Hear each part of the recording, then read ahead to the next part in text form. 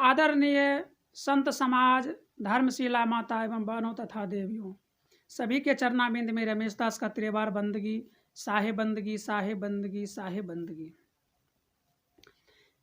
एक बार एक राजा अपने घर से चले घूमने के लिए, तो उन्होंने रथ पर बैठे हुए थे और उनके जो सिपाही थे वो भी थे पीछे। तो आते आते एक महात्मा के रास्ते में एक महात्मा एक वृक्ष के पास बैठा हुआ था और वह आंख बंद करके तपस्या कर रहा था, यानी ध्यान में था। तो राजा ने देखा कि हम जब रथ लेकर के निकले तो दुनिया के तमाम लोग हमको दंडवत प्रणाम किया, लेकिन ये महात्मा को देखते हैं, ना ये बोलता है, ना कुछ देखता है, ना प्रणाम करता है, ना दंडवत करता है। इनको क्या डर नहीं होता है कि मैं एक चक्रवर्ती राजा हूँ? राजा ने अपने सिपाही से कहा, देखो जी, रथ को रोको। और रथ को रोका गया और राजा पहुँच गए महात्मा के पास। तो महात्मा को जैसे आवाज़ दिया, ए महात्मा, आँख खोलो अपने, तुम्हें पता नहीं मैं कौन हूँ? मैं एक राजा हूँ और मैं जा रहा हूँ। तुमने मुझे ना नमस्कार किया, ना प्रणाम किया, ना सलाम किया, ना अदब किया। तुम मुझे जानते नहीं हो। तो महात्मा ने कहा, देखो राजन, मेरा आंख बंद था, मैं नहीं देख सका, नहीं तो मैं आपको प्रणाम दंडवत कर देता, लेकिन क्या करें, मैंने देखा नहीं आपको, इसलिए दंडवत प्रणाम नहीं किए। तो कहा, देखो राजन, आपको मैं इतना जानता हूं कि शायद आप अपने आप को भी नहीं जानते होंगे, उतना मैं आपको जानता हूं। जितना पता आपके बारे में मुझे है, शायद आपको भी इतना मालूम नहीं होगा। श्रोतागण, कहा, ठीक है, फिर बताओ मेरे बारे में आपको क्या मालूम है जो मुझे नहीं मालूम है? कहा, देखो राजन,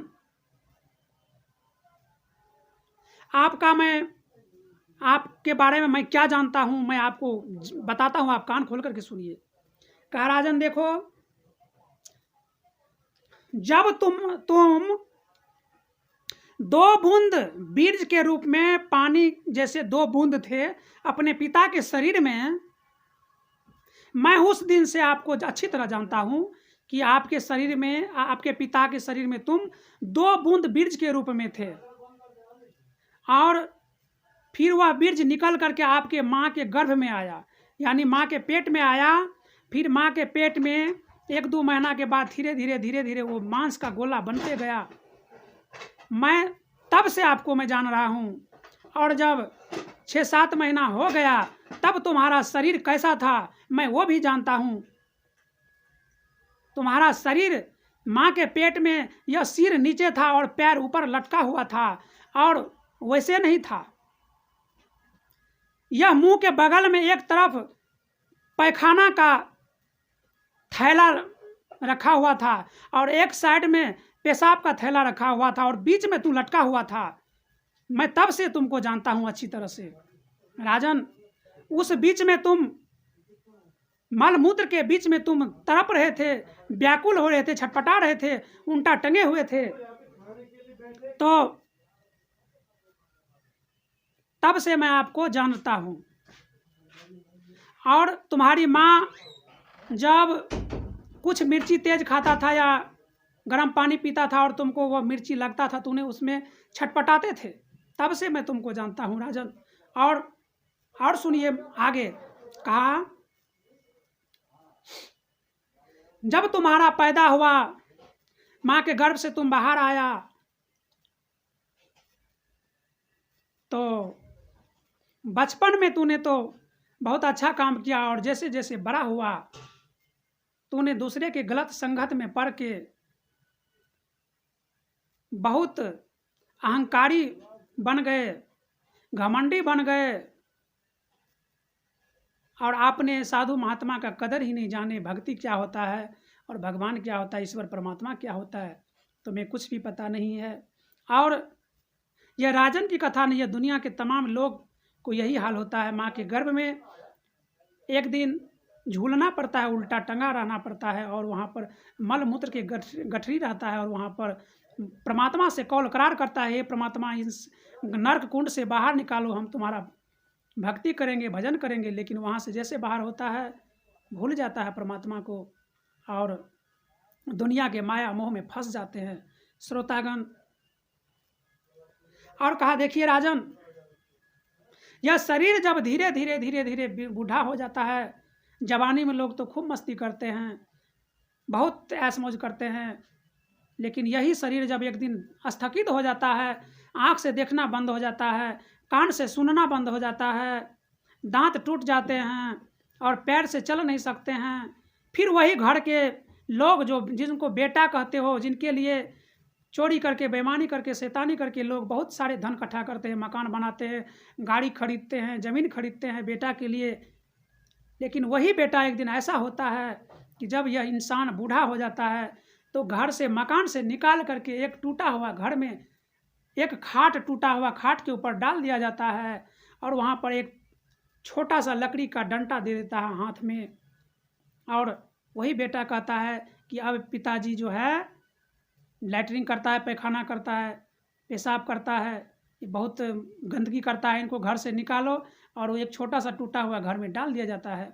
और वहीं पर बेचारा ये बूढ़ा आदमी, ना वहाँ पानी का सुविधा, वहाँ मच्छर काटता है, क्या काटता है, ना वहाँ पे अच्छी तरह घर है, ना मच्छरदानी का सुविधा होता है, क्योंकि बेटा समझ जाते हैं अब तो ये मरने वाले, इनको क्या मच्छरदानी का जरूरी है, ये जल्दी मर जाए, ये खप जो है ख़त्म हो जाए। तो बेटा जो है ऐसा करता है।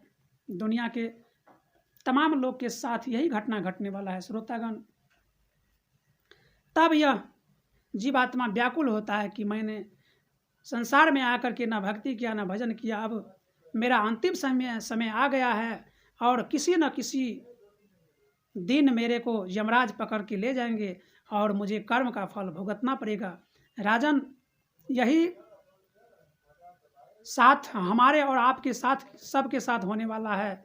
और आप कहते हैं, फिर राजा ने बाबा को दंडवत प्रणाम किया, कहा बाबा आप धन्य है, मुझे ज्ञान के आंखें आपने खोल दिया कि संसार में जो लोग घमंड करते हैं, अहंकार करते हैं, एक लिखावट है परेशान, परे जोड़ शान, यानी परेशान, तो परे को हटा दो, परे का मतलब होता है अलग हो जाना, दूर हो जाना, तो परे और शान, परे को हटा दो तो शान हो जाता है। शान का अर्थ होता है अहंकार, घमंड। श्रोतागण, इसलिए इंसान को भक्ति भजन से जुड़ करके रहना चाहिए, वही एक साथ जाने वाला है। और दुनिया के तमाम यह सुख सुविधा कुछ यहाँ पर साथ जाने वाला नहीं है। इसलिए स्वामी विवेकानंद ने कहा है,